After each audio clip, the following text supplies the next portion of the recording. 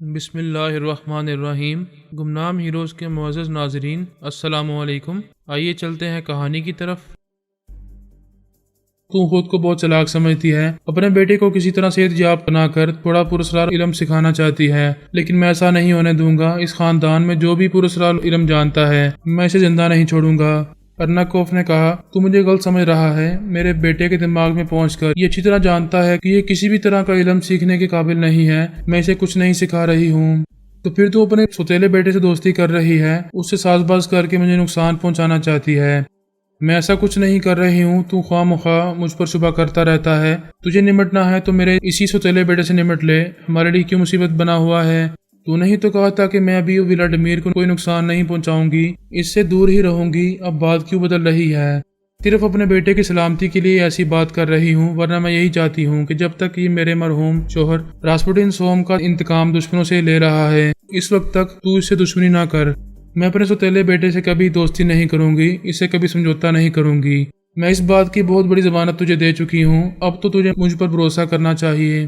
وہ قائل ہو کر بولا، میں جا رہا ہوں، مگر اس کتے کو بھی چلے جانا چاہیے۔ وہ چلا گیا۔ راسپوٹین چہارم ولادیمیر غصے سے اسے گالیاں دینے لگا۔ ارناکوف نے کہا، کیوں بکواس کر رہے ہو؟ دشمن خاموش ہے، تیری طرف نہیں آ رہا۔ میں نے اسے روک رکھا ہے، پھر کیوں اسے بھڑکا رہا ہے؟ تو یہ کیا گیم کھیل رہی ہے؟ مجھے اب اس پر غور کرنا ہوگا۔ تو اتنی مکار ہے کہ اب تک اس بات کو چھپا رکھا تھا۔ اگر میں اچانک اس بیمار کے دماغ میں نہ آتا تو مجھے کبھی پتہ نہ چلتا کہ تو نے کس سے جاری کر رکھی ہے۔ جب تک تو مجھے اس کے بارے میں نہیں بتائے گی، میں اس بیمار کے دماغ سے نہیں جاؤں گا۔ ارناکوف نے کہا، یہ جو ابھی آیا تھا آوازوین سوم ہے۔ تجھے پتا ہے کہ تیرے دادا اور پردادا راسپوٹین اول نے آوازوین سوم کے دادا کو زارو اس کے محل میں داخل ہونے نہیں دیا تھا۔ اس کا دادا وہاں بہت اونچا مقام حاصل کرنا چاہتا تھا، لیکن تمہارے دادا راسپوٹین اول کی سازشوں کے باعث اسے موت کے گھاٹ اتار دیا گیا تھا۔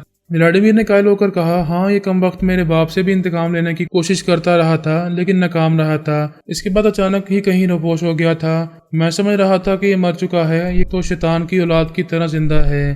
میں نہیں چاہتی تھی کہ تمہیں اس کے بارے میں بتاؤں۔ سوچا تھا کہ جب تم دشمنوں سے انتقام لے لو گے تب میں تمہیں اس کے بارے میں بتاؤں گی کہ یہ کس طرح ہم سب کو رفتہ رفتہ مجبور اور بے بس بناتا جا رہا ہے۔ وہ غصے سے بولا، خبیث بڑھیا، تو مجبور کیوں ہو گئی تھی؟ تو نے مجھے پہلے کیوں نہیں بتایا؟ میں تجھے اپنی مجبوری کیا بتاؤں؟ تمہیں تو سن کر شرم بھی نہیں آئے گی کہ میں نے اپنے بیمار بیٹے کے لیے تیری بہن کو اس کے پاس گروی رکھا ہے۔ وہ غصے سے داڑتے ہوئے بولا کہ تو نے اپنی بیٹی اور میری سوتیلی بہن تاشا کو اس کے پاس گروی رکھا ہے۔ کیا مطلب ہے؟ کیا اس نے اسے داشتہ بنا رکھا ہے؟ میں نہیں جانتی، مجھ سے اور کچھ نہ پوچھ۔ فار گاڈ سیک یہاں سے چلا جا، ورنہ وہ ابھی آتا ہوگا۔ تو نے ایسی چونکا دینے والی شرمناک باتیں بتائی ہیں، مجھے جانا ہی ہوگا اور اپنے طور پر تنہائی میں سنجیدگی سے غور کرنا ہوگا کہ میں شیطان کے بچے کے خلاف کس طرح محاذ بنا سکتا ہوں۔ وہ خاموش ہو گیا۔ تھوڑی دیر بعد ارناکوف نے پوچھا، کیا تو جا چکا ہے؟ نہیں، میں اس شیطان کے بارے میں اور تجھ جیسی چڑیل کے بارے میں سوچ رہا ہوں۔ اب سوچنے کے لیے کیا رہ گیا ہے؟ میں کہہ رہی ہوں کہ وہ آئے گا تو خواہ مخواہ بات بڑھے گی۔ پلیز یہاں سے چلا جا۔ چلا جاؤں گا، مگر میری عقل تسلیم نہیں کر رہی ہے کہ تجھ جیسی مکار چڑیل کسی کے قابو میں آ جائے گی۔ سچ بتا کہ تو یہ کیا گیم کھیل رہی ہے؟ مجھے الو بنا رہی ہے۔ بات کچھ اور ہوگی اور تو مجھے دھوکہ دینے کے لیے آوازوین سوم کو پیدا کر رہی ہے۔ میرے اندازے کے مطابق وہ کہیں مر کھپ چکا ہے۔ وہ بولی، کم وقت وہ آوازوین سوم میرے حواس پر چھایا ہوا ہے، میرے بیٹے کے اندر چلا آتا ہے۔ میری بیٹی کو اس نے یرغمال بنا کر رکھا ہوا ہے۔ اس پر بھی تو کہتا ہے کہ میں کوئی مکاری دکھا رہی ہوں۔ تو چل یہی صحیح، فار گاڈ سیک میرے بیٹے کے اندر سے چلا جا۔ ٹھیک ہے، میں جا رہا ہوں، میں غور کروں گا۔ تو اس قسم کے ڈرامے میرے باپ کی زندگی میں بھی پلے کرتی رہی ہے، اب بھی ایسا ہی کر رہی ہے۔ میں سمجھنے کی کوشش کروں گا۔ ولادیمیر دماغی طور پر اپنی جگہ حاضر ہو گیا۔ اب اس کی زندگی میں ایک نئی مصیبت کا اضافہ ہو گیا تھا۔ پہلے وہ سمجھتا تھا کہ صرف سوتیلی ماں اور سوتیلی بہن سے ہی نمٹنا ہے، پھر اس نے عدنان اور انا میریا سے انتقام لینے کا ارادہ کیا اور اب اس پر عمل کر رہا تھا۔ اس کے بعد پتہ چلا کہ ایک اور سوتیلی بہن انا بیلا پراسرار علوم سیکھنے کے بعد اس دنیا کے کسی حصے میں پہنچی ہوئی ہے اور شاید کبھی اسے ٹکرانے والی ہے۔ وہ انا بیلا کے بارے میں معلومات حاصل کر رہا تھا۔ ایسے میں یہ بری خبر ملی کہ ایک اور نیا دشمن آوازوین پیدا ہو گیا ہے۔ یہ دنیا دوستی سے قائل رہتی ہے، دشمنی کی جائے تو ایک دشمنی کے بعد دوسری دشمنی جنم لیتی ہے۔ یہ ایسی دلدل ہے کہ نکلتے نکلتے انسان اس میں دنستا چلا جاتا ہے۔ انیتا ایک فلائٹ کے ذریعے دہلی سے ممبئی پہنچ گئی تھی اور اب اسے اس فلائٹ کا انتظار تھا جو امریکہ سے آ رہی تھی اور جس میں اس کا ایک نیا مہمان مہادیو بھاٹیا نیچے آ رہا تھا۔ چنڈال جوگیا کی مصروفیات تین طرفہ تھیں۔ ایک طرف تو اندرا کوٹھانی کی نگرانی کر رہا تھا جو شملہ پہنچا ہوا تھا اور ابھی عیش و عشرت میں زندگی گزار رہا تھا۔ اس سے بہت سے کام لینے تھے، لیکن چنڈال کو ابھی ٹونی جے کی آمد کا انتظار تھا۔ دوسری طرف وہ ٹونی جے کی طرف دھیان دے رہا تھا۔ اس وقت وہ ایک طیارے میں سفر کر رہا تھا اور چند گھنٹے بعد ممبئی پہنچنے والا تھا۔ تیسری طرف انیتا کی طرف دھیان دینا ضروری تھا کیونکہ وہ ممبئی پہنچی ہوئی تھی اور وہاں فرمان موجود تھا۔ وہ نہیں چاہتا تھا کہ بیٹی پھر اس سے ٹکرا جائے اور اس سے متاثر ہو جائے۔ اسے امید تو نہیں تھی کہ ایسا ہوگا، لیکن اندیشے جنم لیتے ہی رہتے ہیں۔ اتفاقاً ایسا ہو سکتا تھا۔ ٹونی جے طیارے میں سفر کر رہا تھا، اس کے ساتھ بھی کچھ ایسا ہو سکتا تھا، کوئی دشمن بھی اسے ٹکرا سکتا تھا، اسی لیے وہ اس کے دماغ میں بار بار جا رہا تھا۔ ٹیلی پیتھی بہت بڑا ہتھیار ہے، اس کے ذریعے ناممکن کو بھی ممکن بنا دیا جاتا ہے، لیکن بعض اوقات جو بات ممکن ہوتی ہے وہ بھی ٹیلی پیتھی کے ذریعے سمجھ میں نہیں آتی۔ اس وقت بھی چنڈال یہ نہیں سمجھ سکتا تھا کہ ٹونی جے کے آس پاس اور انیتا کے آس پاس تقدیر کیا کھیل کھیل رہی ہے۔ مقدر کے کھیل سب کی سمجھ میں نہیں آتے، اگر آ جاتے تو انسان تقدیر سے پہلے ہی اپنی بازی جیت لیا کرتا۔ جس طیارے میں ٹونی جے سفر کر رہا تھا، اسی طیارے میں ایک نوجوان عورت بھی سفر کر رہی تھی۔ اس کا نام ارچنا تھا۔ وہ اور ٹونی ایک دوسرے سے دور بیٹھے ہوئے تھے، ایک دوسرے کو نہ تو جانتے تھے اور نہ ہی ایسے آثار تھے کہ جان سکیں گے۔ ارچنا کے پاس ایک زرد رنگ کا بیگ تھا۔ اس بیگ کی خاصیت یہ تھی کہ اس کے درمیانی حصے میں ایک ایسی تہہ بنی ہوئی تھی جس کے اندر اسمگل کی جانے والی کوئی بھی چیز چھپا کر رکھی جا سکتی تھی۔ اس بیگ میں اوپر نیچے ارچنا کی ضرورت کی چیزیں رکھی ہوئی تھیں اور ان کے درمیان چھوٹے چھوٹے قیمتی ہیرے چھپا کر رکھے گئے تھے۔ وہ ان ہیروں کو دیکھ رہی تھی اور پریشان ہو رہی تھی۔ وہ بیش قیمت ہیرے جن کی مالیت تقریباً 3 کروڑ روپے تھی، اس بیگ میں کہاں سے آ گئے، کیسے آ گئے؟ وہ ہیرے امریکہ سے واپسی پر اسے کروڑ پتی بنا سکتے تھے، انہیں اس بیگ میں کس نے پہنچایا؟ ارچنا کی ذہنی حالت ایسی تھی کہ وہ ان ہیروں کے بارے میں کچھ جانتی تھی اور کچھ نہیں جانتی تھی۔ ایک ہفتے پہلے اس کی ملاقات کالیا اسرانی سے ہوئی تھی۔ کالیا اسرانی ہپناٹزم کا ماہر تھا اور ترمیمی عمل کے ذریعے ذہنی مریضوں کا علاج کیا کرتا تھا۔ ارچنا ان دنوں دماغی الجھنوں میں تھی۔ اس کی شادی ایک ایسے شخص سے ہوئی تھی جسے وہ اچھا کھانے کمانے والا سمجھتی تھی۔ شادی کے بعد پتہ چلا کہ اس کا کوئی مستقل روزگار نہیں ہے اور وہ مکمل طور پر ازدواجی زندگی گزارنے کے بھی قابل نہیں ہے۔ دونوں میاں بیوی میں لڑائی جھگڑے شروع ہوئے، 2 ماہ کے اندر ہی طلاق ہو گئی۔ اس واقعے کا اس پر خاصا اثر ہوا۔ ایک تو یہ کہ شادی ناکام ہوئی تھی اور دوسری بات یہ کہ طلاق کے بعد وہ مالی مشکلات میں مبتلا ہو گئی تھی۔ ماں سوتیلی تھی، اس لیے میکے میں بھی اسے پناہ نہیں مل رہی تھی۔ ایک تقریب میں کالیا اسرانی نے اسے دیکھ کر کہا، میں بڑی دیر سے تمہیں دیکھ رہا ہوں، تم ذہنی الجھنوں میں گرفتار ہو۔ اس نے چونک کر اسے دیکھا، پھر کہا، کیا تم چہرے پڑھ لیتے ہو؟ ہاں، چہروں اور آنکھوں کو پڑھ لیتا ہوں، ماہر نفسیات ہوں، کسی کی ذہنی الجھنوں کو دور کرنے کی صلاحیتیں رکھتا ہوں۔ کیا میں تمہارے لیے کچھ کر سکتا ہوں؟ میرا نام کالیا اسرانی ہے، میں نے تمہارا بہت نام سنا ہے، بہت بڑی بڑی کار والے تمہارے پاس علاج کے لیے آتے ہیں، میں شاید تمہاری فیس ادا نہ کر سکوں۔ کوئی بات نہیں، میں تمہاری ذہنی الجھنیں دور کر دوں گا اور تم اس قابل ہو سکو کہ اچھی خاصی دولت کما سکو تو میری فیس ادا کر دینا۔ وہ طنزیہ انداز میں ہنستے ہوئے بولی، میں اور دولت نہیں، میں بہت بد نصیب ہوں، دولت تو نصیب والوں کو ملتی ہے، نصیب بنانے سے بن جاتے ہیں۔ تم میرے بنگلے میں آؤ، میں تمہارا نفسیاتی تجزیہ کروں گا، اس کے بعد تم دیکھو گی کہ کس طرح تمہارے حالات بدل جاتے ہیں۔ وہ دوسرے دن اس کے بنگلے میں گئی۔ اس نے کئی طرح کے سوالات کیے، پھر اس سے کہا، تم آرام سے بیڈ پر لیٹ جاؤ، میں ایک مختصر سا عمل کروں گا، تم دیکھو گی کہ کس طرح تمہاری ذہنی پریشانی دور ہو جائے گی۔ وہ اس کی ہدایت کے مطابق ایک بیڈ پر آ کر چاروں شانے چت لیٹ گئی۔ اس کی ہدایت کے مطابق اپنے جسم کو ڈھیلا چھوڑ دیا، اس کی آنکھوں میں آنکھیں ڈال کر بولا، اسی طرح مجھے دیکھتی رہو، اپنا دھیان صرف میری آنکھوں پر اور میری آواز پر رکھو۔ وہ اس کی ہدایت پر عمل کرتی رہی، صرف اس کی طرف توجہ دیتی رہی۔ پھر اسے محسوس ہوا کہ جیسے اس کی آواز اور لہجہ اسے متاثر کر رہا ہے، اس کے دل میں اتر رہا ہے اور وہ اس کی بڑی بڑی پرکشش آنکھوں میں ڈوبتی جا رہی ہے۔ پھر آہستہ آہستہ وہ ہوش و آواز سے بیگانی ہو گئی۔ اسے صرف اس کی آنکھیں ہی دکھائی دیتی رہیں اور اس کی آواز سنائی دیتی رہی۔ اس کے آس پاس کے تمام نظارے گم ہو گئے تھے، صرف اس کی آنکھیں ہی باقی تھیں۔ وہ اپنے آپ کو بھول گئی۔ اس نے اس پر عمل کیا کہ وہ اس کی ممولہ اور تابعدار ہے اور آئندہ اس کے احکامات کی تعمیل کیا کرے گی۔ اپنے پتی سے طلاق لینے کے بعد اسے میکے میں بھی صحیح طرح پناہ نہیں مل رہی تھی۔ اس نے اسے حکم دیا کہ وہ اس کے پاس آ کر رہا کرے گی اور اس کے ساتھ 1 ہفتے کے اندر نیو یارک جائے گی۔ ترمیمی عمل کے بعد وہ اس کی ممولہ اور تابعدار بن گئی، اسی کے پاس آ کر رہنے لگی۔ اسی کے ساتھ وہ نیو یارک گئی تھی۔ اس نے اسے ایک زرد رنگ کا بیگ دیا تھا، اس میں ہیروئن کے پیکٹ چھپائے گئے تھے۔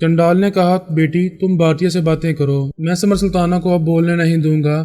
وہ مسکراتے ہوئے ٹونی جے سے بولی مجھے افسوس ہے میں نے آتے ہی آپ کو الجھا دیا۔ وہ جواباً مسکراتے ہوئے بولا کوئی بات نہیں، تم بہت خوبصورت ہو۔ میں راستے میں سوچتا رہا کہ جو لڑکی میرا استقبال کرنے آئے گی وہ کیسی ہوگی، میں تصور میں تمہیں دیکھ رہا تھا۔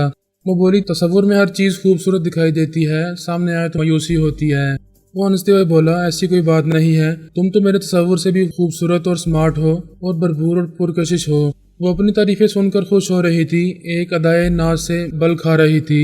پھر بولی ہمیں چلنا چاہیے۔ وہ بولا مجھے جہاز میں پانی پی لینا چاہیے تھا، حلق خشک ہو رہا ہے، کیوں نہ ہم کولڈ ڈرنک پی لیں پھر یہاں سے چلیں۔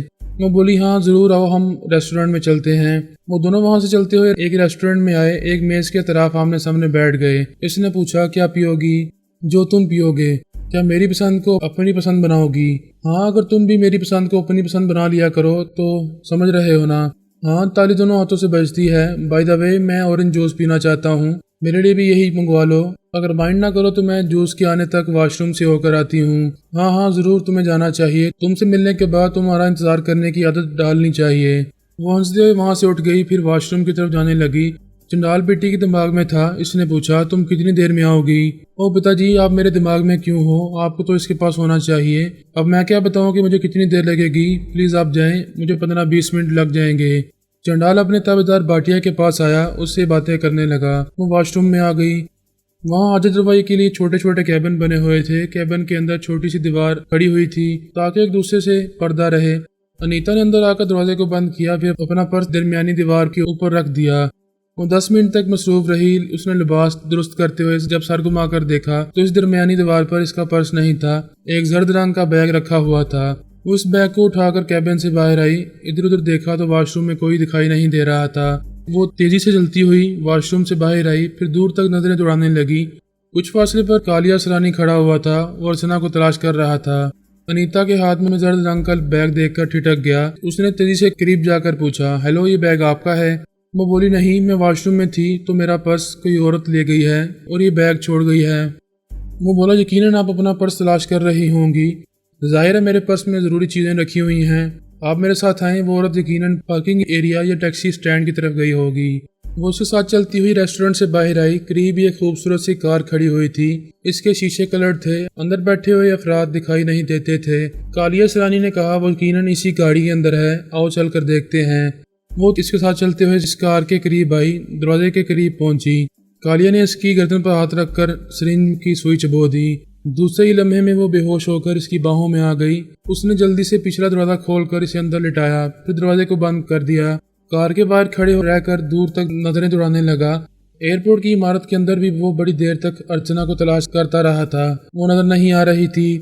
اس کا خیال تھا کہ ارچنا نے انیتا کا پرس لے کر اپنا بیگ اس کے حوالے کیا ہے، 3 کروڑ کے ہیرے وہ کبھی اس کے حوالے نہیں کرے گی۔ یہ دونوں ایک دوسرے کو جانتی ہوں گی۔ کالیا کی عقل کہہ رہی تھی کہ انیتا ارچنا سے ملی ہوئی ہے اور انجان بنی ہوئی ہے۔ ارچنا کسی دوسری جگہ انیتا سے مل کر یہ بیگ لینے والی ہے، پھر دونوں میں حصے داری ہوگی۔ چنڈال نے ٹونی جی سے کہا 20 منٹ ہو چکے ہیں، انیتا ابھی تک واپس نہیں آئی۔ وہ بولا کسی وجہ سے دیر ہو سکتی ہے، اگر اس کے لیے پریشان ہو تو اس کے اندر جا کر معلوم کرو۔ وہ میری بیٹی ہے، واش روم میں گئی ہے، میں اس کے دماغ میں نہیں جا سکتا۔ اگر تم مجھے کہو تو میں اس کے اندر جا کر معلوم کروں، میں نے اس کے دماغ کو لاک کیا ہوا ہے، تم نہیں جا سکو گے۔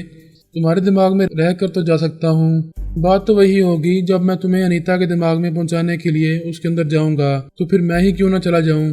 میں 10 منٹ اور انتظار کر لیتا ہوں۔ کالیا سرانی اپنی کار کے پاس کھڑا چاروں طرف نظریں دوڑا رہا تھا۔ اس کا خیال تھا کہ ارچنا وہ ہیرے حاصل کرنے کے لیے انیتا کے پاس ضرور آئے گی، اور جب وہ دیکھے گی کہ سرانی اس کی دوست کو گرفت میں لے چکا ہے اور اسے قیدی بنا کر لے جا رہا ہے تو وہ ضرور ادھر آئے گی۔ لیکن اتنی دیر انتظار کرنے کے باوجود وہ کہیں دکھائی نہیں دی۔ اس نے اگلی سیٹ کا دروازہ کھول کر ڈرائیونگ سیٹ پر بیٹھتے ہوئے ایک نظر انیتا پر ڈالی اور سوچنے لگا کہ کیا بیگ کو یہیں کھول کر دیکھا جائے۔ اس بیگ کے اندر کافی سامان بھرا ہوا تھا، ان سب کو لٹنے کے بعد ہی وہ طے دکھائی دیتی جس کے اندر ہیرے چھپے ہوئے تھے۔ ایک پولیس انسپکٹر اس کار کے نزدیک ہی کھڑا ہوا تھا۔ اسرانی نے کوئی خطرہ مول لینا مناسب نہ سمجھا، سوچا کہ جب بیگ ہاتھ لگ ہی گیا ہے تو وہ اسے گھر لے جا کر دیکھے گا۔ وہ کار سٹارٹ کر کے وہاں سے جانے لگا۔ ٹونی جے ریسٹورنٹ میں بیٹھا اورنج جوس پی رہا تھا۔ چنڈال نے 10 منٹ کے بعد خیال خوانی کے ذریعے انیتا کے دماغ میں پہنچنا چاہا تو پریشان ہو گیا۔ پتہ چلا کہ وہ بے ہوش پڑی ہوئی ہے اور اس کے بحث دماغ سے یہ معلوم نہیں کیا جا سکتا کہ وہ کہاں ہے، کس حال میں ہے اور اچانک بے ہوش کیسے ہو گئی ہے۔ اس نے ٹونی جے کے پاس آ کر کہا، غضب ہو گیا، میری بیٹی بے ہوش ہو گئی ہے، تم واش روم میں جا کر دیکھو۔ وہ وہاں سے اٹھ کر تیزی سے چلتا ہوا واش روم میں آیا، دروازہ کھول کر اندر جانا چاہتا تھا کہ ایک عورت نے وہاں سے نکلتے ہوئے اسے گور کر دیکھا، پھر بولی، یہاں کہاں آ رہے ہو؟ دیکھتے نہیں یہ لیڈیز کے لیے ہے۔ ٹونی جے نے اس عورت کے دماغ پر قبضہ جمایا، وہ اس کی مرضی کے مطابق واپس واش روم کے اندر چلی گئی۔ وہ اس عورت کے ذریعے واش روم کے اندر انیتا کو تلاش کرتا رہا، پتہ چلا کہ وہ وہاں نہیں ہے۔ پھر وہ وہاں سے چلتا ہوا عمارت کے باہر آیا، پریشان ہو کر بولا، مسٹر چنڈال، تمہاری بیٹی کہیں دکھائی نہیں دے رہی ہے۔ وہ بھی پریشان ہو کر بولا، اے بھگوان، یہ کیا ہو گیا ہے؟ جس کا ڈر تھا وہی ہو رہا ہے، کہیں وہ فرمان کا بچہ اسے اپنے ساتھ نہ لے گیا ہو۔